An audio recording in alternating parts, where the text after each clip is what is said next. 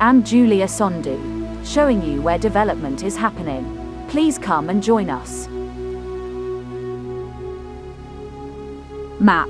Tunnels under Gaza made by Hamas, identified by Israel.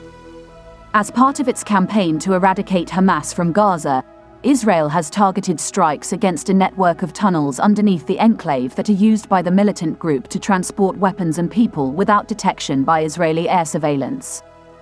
The map above shows tunnels as they have been identified by the Israel Defense Forces running underneath Gaza City and other locations in the Palestinian enclave. How big are the tunnels? Tunnel construction varies, but the more sophisticated ones are reinforced with concrete and are high enough for a man of average height to stand up in. They often include power and communication lines. Israel targets Hamas's labyrinth of tunnels under Gaza. Israel says it is striking parts of a secret labyrinth of tunnels built underneath the Gaza Strip by Hamas, as it continues to retaliate for the Palestinian Islamist militant group's unprecedented cross-border attack on Saturday. Think of the Gaza Strip as one layer for civilians and then another layer for Hamas. We are trying to get to that second layer that Hamas has built, an Israel Defense Forces (IDF) spokesperson said in a video on Thursday. These aren't bunkers for Gazan civilians. It's only for Hamas, so that they can continue to fire rockets at Israel, to plan operations into Israel, they claimed. It is very difficult to assess the size of the network, which Israel has dubbed the Gaza Metro, because it is believed to stretch beneath a territory that is only 41 kilometers, 25 miles, long and 10 kilometers wide. Following a conflict in 2021, the IDF said it had destroyed more than 100 kilometers of tunnels in airstrikes. Hamas meanwhile claimed that its tunnels stretched 500 kilometers and that only 5% were hit. To put those figures into perspective, the London Underground is 400 kilometers long and is mostly above ground. Tunnel construction began in Gaza before Israel withdrew its troops and settlers in 2005. But it was ramped up after Hamas took control of the Strip 2 years later, which prompted Israel and Egypt to begin restricting the movement of goods and people in and out for security reasons. At its peak, almost 2,500 tunnels running underneath the Egyptian border were used to smuggle in commercial goods, fuel and weapons by Hamas and other militant groups. The smuggling became less important to Gaza after 2010, when Israel began allowing more goods to be imported through its crossings. Egypt later shut the smuggling down by flooding or destroying the tunnels. Hamas and other factions also started digging tunnels to attack Israeli forces. In 2013, the IDF discovered a 1.6 kilometers long, 18 meters deep tunnel lined with a concrete roof and walls leading from the Strip to land near an Israeli kibbutz after residents heard strange sounds. The following year, Israel cited the need to eradicate the threat of attacks by militants using such tunnels under the frontier for a major air and ground offensive in Gaza.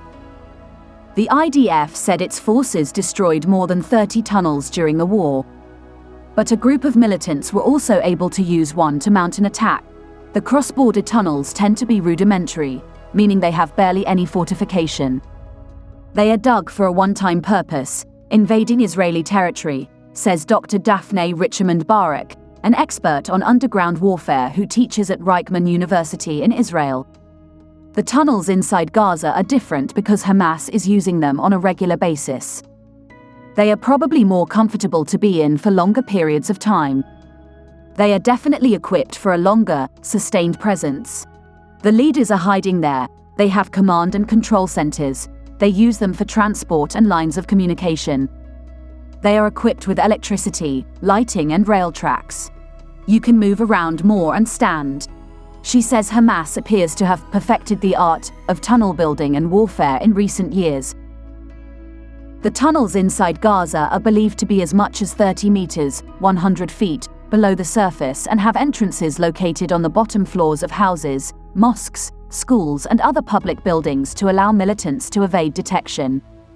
Building the network has also come at a cost to the local population. The IDF has accused Hamas of diverting millions of dollars given to Gaza in aid to pay for the tunnels, as well as tens of thousands of tons of cement intended for rebuilding homes destroyed in previous wars. It is possible that a cross-border tunnel was used by Hamas militants during last weekend's attacks in Israel. There were reports that a tunnel exit was discovered near the kibbutz of Kfar Aza. If that is confirmed, the tunnel would have been built beneath the underground concrete barrier studded with sophisticated anti-tunnel detection sensors which Israel finished installing at the end of 2021. Dr. Richmond Barak says it would be a shock, but stresses that no tunnel detection system is foolproof. This is why tunnels have been used for time immemorial in war, because is there no way to prevent them? The Gaza Metro, the mysterious subterranean tunnel network used by Hamas. The myriad tunnels under Gaza are best known as passageways used to smuggle goods from Egypt and launch attacks into Israel.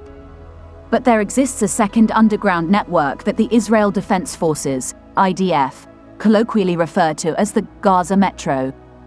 It's a vast labyrinth of tunnels, by some accounts several kilometers underground, used to transport people and goods, to store rockets and ammunition caches, and house Hamas command and control centers, all away from the prying eyes of the IDF's aircraft and surveillance drones.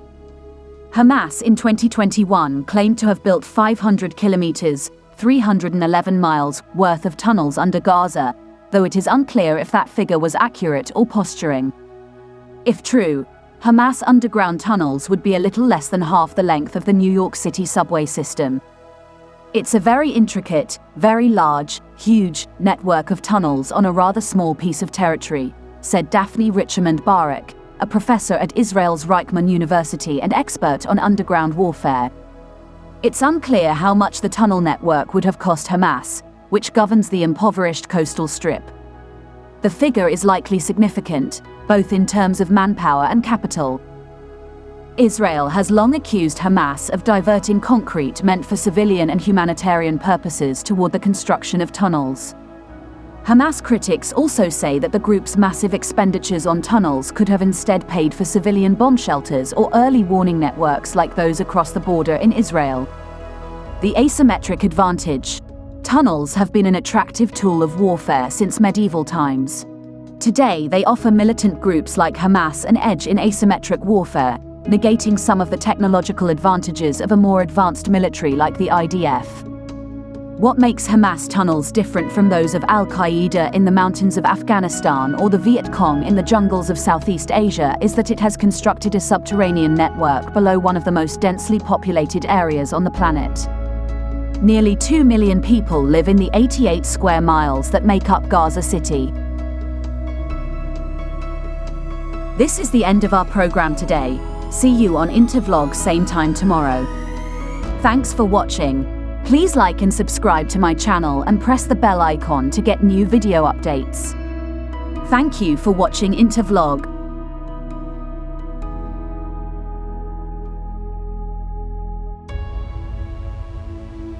Thank you.